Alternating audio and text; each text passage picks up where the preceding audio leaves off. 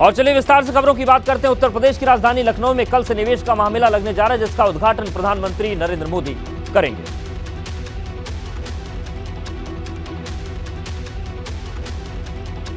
राजधानी लखनऊ में सुबह तकरीबन 10:30 बजे PM Modi global investor summit का उद्घाटन करेंगे। जिस मुख्य पंडाल में पूरा कार्यक्रम होगा, वहां पर 10,000 लोगों के बैठने का इंतजाम किया गया है। जिस मंच पर प्रधानमंत्री नरेंद्र मोदी और देश दुनिया के बड़े निवेशक बैठेंगे, उसके ठीक पीछे मेगा LED स्क्रीन लगाई गई है। इस पूरे पंडाल को 3 कैटेगरी में बांटा गया है। ग्लोबल इन्वेस्टर समिट है जो 10 तारीख से शुरू होकर 12 फरवरी तक चलेगा, उसका शुभारंभ करेंगे सुबह ठीक 10:30 बजे। ये जो मुख्य पंडाल है, जिसे हम कहें inauguration pandal. Global investor summit 3 दिनों तक चलेगी, जिसमें देश और विदेश के दिग्गज उद्योगपतियों की मौजूदगी में 13,255 कंपनियां 20.96 लाख करोड़ से ज्यादा के निवेश का MOU करेंगी। समिट में सुरक्षा को लेकर कोई दिक्कत न आए, इसे लेकर 24 IPS, 68 PPS की तैनाती की गई है। 5,415 राजपत्रित पुलिस अधिकारियों की तैनाती है। 13 PAC कंपनियों की तैनाती, 3 कंपनी CRPF की सुरक्षा में लगाए गए हैं। 2024 लोकसभा चुनाव में 2022 विधानसभा वाला प्रदर्शन दोहराने के लिए अखिलेश एक बार फिर से पूर्वांचल के दौरे पर निकल चुके हैं। अखिलेश यादव ने अपने 2 दिन के पूर्वांचल दौरे की शुरुआत बलिया से की और बलिया में आत्महत्या करने वाले व्यापारी नंदलाल गुप्ता को श्रद्धांजलि दी। इसके बाद अखिलेश यादव गाजीपुर पहुंचे और जाति जनगणना का आह्वान करते हुए सपा के चुनावी अभियान का आगाज किया और उद्योगपति गौतम अडानी के बहाने भाजपा पर तंज कसा। इनमें विटामिन ओवर हो गई है। एक से गलत समझ रहे, विटामिन ए मतलब उद्योगपति है। अखिलेश यादव ने अग्निवीर योजना पर सवाल उठाते हुए कहा कि भविष्य में अगर सपा को ताकत मिली तो वो अग्निवीर योजना बंद करवा देगी। ऐसी नौकरी भर्ती कर दे रहे, हम लोग कभी इसको स्वीकार नहीं कर सकते। हो सकता है आज हमारी ताकत नहीं है, आज हमारे सांसद नहीं जाता है, अगर कल सांसद होंगे या कभी मौका मिलेगा तो ये आधी अधूरी नौकरी अग्निवीर जैसी।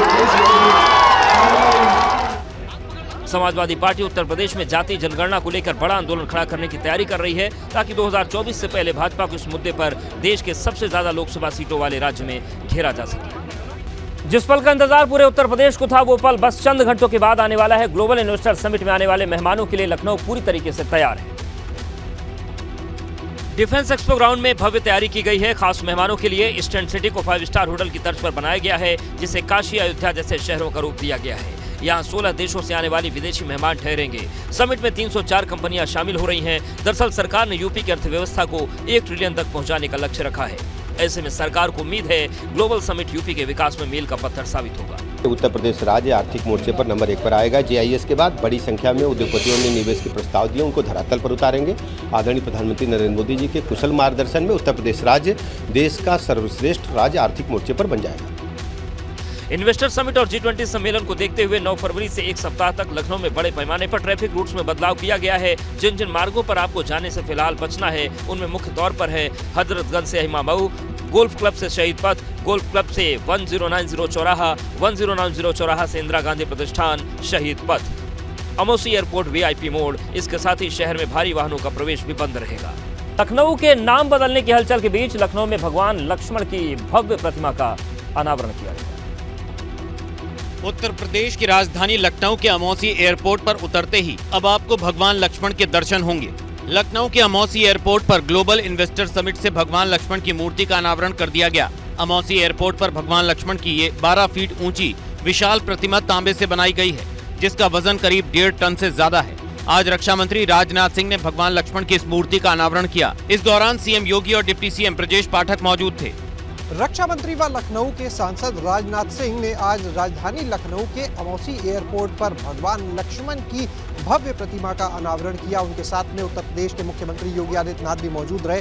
आप देख सकते हैं कि किस तरह से ये एक भव्य प्रतिमा जो कांस्य की बनी हुई है, 12 फीट ऊंची ये प्रतिमा है। खाली जाहिर है, एक तरफ राजधानी लखनऊ के नाम में बदलाव को लेकर जहां भाजपा के 7 सांसदों ने आवाज बुलंद की है, वहीं नवाबों के शहर का नाम बदलने पर विपक्ष में उबाल है। लेकिन एयरपोर्ट पर भगवान लक्ष्मण की इस मूर्ति ने भाजपा की मांग को और बल दे दिया है।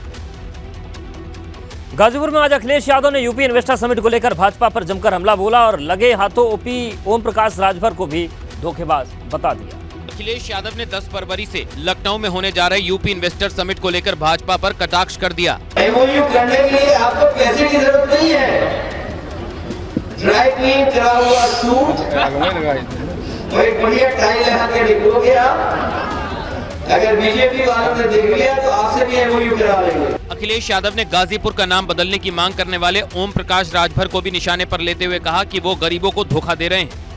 जो नाम बदलने वाले हैं, हमें खुशी है कि हमारे मंच पे भी ओम प्रकाश जी है, तो ओम प्रकाश नाम ही रख लो, तो कम से कम हमारे पास तो है इसलिए इनके चक्कर में मत पड़ो, ये गरीबों को धोखा देने वाले लोग। 2022 विधानसभा चुनाव से पहले अखिलेश यादव ने ओपी राजभर की सुभाषपा से गठबंधन किया था, जो चुनाव बीतने के बाद ही खत्म भी हो गया। हालांकि राजभर से गठबंधन का असर पूर्वांचल में विधानसभा के नतीजों में भी देखने को मिला था, लेकिन 2024 में अब अखिलेश के सामने सिर्फ भाजपा ही नहीं बल्कि ओम प्रकाश राजभर भी चुनौती पेश कर रहे हैं। उत्तराखंड में भर्तियों में हो रही धांधली मामले में आंदोलनकारी छात्रों का सड़क पर उबाल देखने को मिला। छात्रों और पुलिस में झड़प देखने को मिली। युवाओं पर पुलिस ने लाठियां भांजी। उत्तराखंड में भर्ती धांधली के विरोध में प्रदेश भर के युवा सड़कों पर उतरे। प्रदर्शन कर रहे युवाओं पर पुलिस ने लाठीचार्ज कर दिया।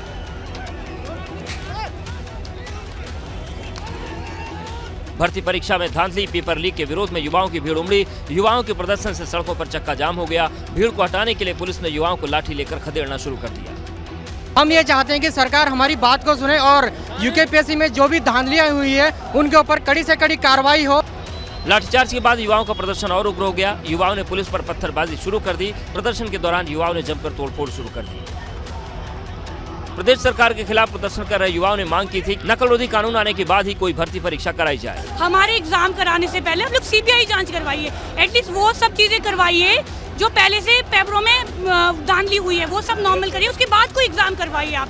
युवाओं का प्रदर्शन देखते ही देखते रण क्षेत्र में तब्दील हो गया। मामले में सीएम धामी ने छात्रों को आश्वासन दिया कि किसी के साथ अन्याय नहीं होगा, लेकिन लाठीचार्ज से युवाओं में रोष बरकरार है। जोशीमठ पर पीएमओ की बैठक के पहले सीएम धामी ने सचिवालय में जोशीमठ के हालातों पर समीक्षा की। जोशीमठ पर 10 फरवरी को पीएमओ ने हाई लेवल की बैठक बुलाई है, जिसमें जोशीमठ की समीक्षा की जाएगी। बैठक में एनडीएमए जोशीमठ को लेकर वैज्ञानिक संस्थानों की रिपोर्ट के आधार पर समस्या के समाधान और उपायों का खाका प्रस्तुत करेगा। पीएमओ की बैठक से पहले उत्तराखंड के सीएम पुष्कर सिंह धामी ने जोशीमठ के हालात पर समीक्षा बैठक की। बैठक में आपदा प्रबंधन विभाग और शासन के वरिष्ठ अधिकारी मौजूद रहे। सीएम धामी ने बैठक में जोशीमठ के जमीन धंसने की मौजूदा स्थिति पर मंथन किया, साथ ही कितना बचाव कार्य हुआ इस पर मंथन हुआ। जोशीमठ की स्थिति पर केंद्र और राज्य सरकार लगातार नजर बनाए हैं। राहत कार्य और विस्थापन का काम तेजी से चल रहा है। जोशीमठ के ताजा हालात की बात करें तो जोशीमठ में दरारों वाले भवनों की संख्या 868 हुई है। इनमें 181 भवन असुरक्षित क्षेत्र में स्थित हैं। जोशीमठ में पानी का रिसाव घटकर 17 एलपीएम हो गया है। 243 परिवारों को सुरक्षित स्थानों पर पहुंचाया गया। 53 परिवार किराए पर रहने चले गए। बात की जाए राहत कार्यों की तो अब तक प्रभावितों को 505.80 लाख रुपए की धनराशि वितरित की जा चुकी है। अब तक 2437 खाद्यान्न किट बांटी गई। प्रभावितों को लगातार डेली यूज की चीजें बांटी जा रही है। राहत शिविरों में लोगों के स्वास्थ्य का परीक्षण हो रहा है। पशुओं के लिए पशु चारा बैग बांटे जा रहे हैं। जोशीमठ पर दिल्ली में होने वाली पीएमओ की बैठक काफी अहम मानी जा रही है। बैठक में अप्रैल से शुरू होने वाली 4 धाम यात्रा पर चर्चा संभव है। सपा नेता आजम खान आज एक मामले में पेशी के लिए शाहजहांपुर गए, लेकिन पेशी के बाद आजम खान कोर्ट से निकल ही नहीं पाए। गबन के एक मामले में गैर जमानती वारंट जारी होने के बाद आजम खान शाहजहांपुर कोर्ट में पेश हुए, लेकिन गवाही देने के बाद जब आजम खान रामपुर जाने के लिए कोर्ट परिसर से बाहर जा रहे थे, तभी एक सुरक्षा कर्मी ने कोर्ट के गेट नंबर 1 पर ताला लगा दिया और आजम खान को गेट से बाहर निकलने से मना कर दिया, जिसके बाद आजम खान काफी देर तक अदालत परिसर में ही खड़े रह गए। बाद में उन्हें बताया गया कि कोर्ट का कामकाज खत्म होने के बाद गेट को रूटीन प्रक्रिया के तहत बंद कर दिया गया था। ये मैंने अभी आप लोगों को बताया सन 1995। कितनी देर से सर आप यहाँ पर हैं और काफी देर हो गई, गेट बंद है, गेट नहीं खोला जा रहा है। गेट रूटीन में बंद रहता है, गेट रूटीन में बंद रहता है। इत्तेफाक से वो चौकीदार ताला डाल के चला गया, इसलिए कहना चाहिए गेट रूटीन। और कोई खास बात नहीं, गेट बंद होनी, चाबी आ रही है, खुल जाएगा। इस दौरान अदालत परिसर में मौजूद मीडिया कर्मियों ने आजम खान से उनके खिलाफ चल रहे मुकदमों को लेकर सवाल पूछे तो आजम खान ने अपने ही अंदाज में जवाब दिया। क्या कर सकता हूँ मैं, रिजवान बोल रहा हूँ सर। मैं क्या कर सकता हूँ, इसमें मुझे राय दीजिए आप। गबन के जिस मामले में आजम खान आज पेश हुए, उसके लिए उन्हें शाहजहांपुर कोर्ट में पेश होने के लिए कई बार नोटिस जारी किया गया था, लेकिन अब आजम खान कई बार पेशी पर नहीं आए तो उनके खिलाफ गैर जमानती वारंट जारी कर दिया गया था। ग्रेटर नोएडा में पिछले 12 सालों से बिल्डर और यमुना प्राधिकरण से पीड़ित फ्लैट बायर्स अब प्रदर्शन करने पर मजबूर हैं। जमा पूंजी लगा देने के बाद भी फ्लैट खरीदारों को अपना आशियाना नहीं मिल पाया। हाथों में थाली लेकर बजा रहे कोई और नहीं बल्कि बिल्डर और यमुना प्राधिकरण से प्रताड़ित फ्लैट बायर्स हैं। 12 साल से अपने सपनों के घर की मांग कर रहे फ्लैट बायर्स यमुना प्राधिकरण के दफ्तर के नीचे धरना देने पर मजबूर है। धरने में बैठे इनमें से कोई नौकरी पेशा वाला तो कोई व्यवसायी तो कोई रिटायर्ड कर्मचारी है। सभी ने अपनी जमा पूंजी सुपरटेक अप कंट्री में लगा दी, लेकिन 12 सालों से इनके हाथ खाली हैं। अथॉरिटी में नीचे से ऊपर तक कहीं कोई सुनवाई नहीं है। जब तक हमारे प्रॉब्लम का सलूशन नहीं होगा, कोई अथॉरिटी से हमारे को सुनने वाला नहीं आएगा, ये धरना तब तक चलता रहेगा। मामले में प्राधिकरण के अधिकारियों का कहना है कि वो पीड़ित होमगार्ड से संपर्क में हैं, जल्द बैठकर समस्या का निस्तारण किया जाएगा। वार्ता करने के लिए तैयार हैं, इनसे वार्ता की जाएगी और सबसे पहले तो एग्जिस्टिंग पॉलिसी के हिसाब से जितनी भी मदद की जा सकती है वो तुरंत की जाएगी।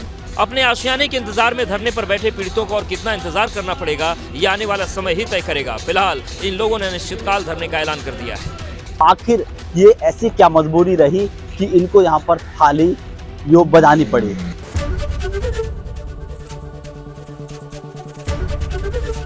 एबीपी गंगा, खबर आपकी, जुबान आपकी।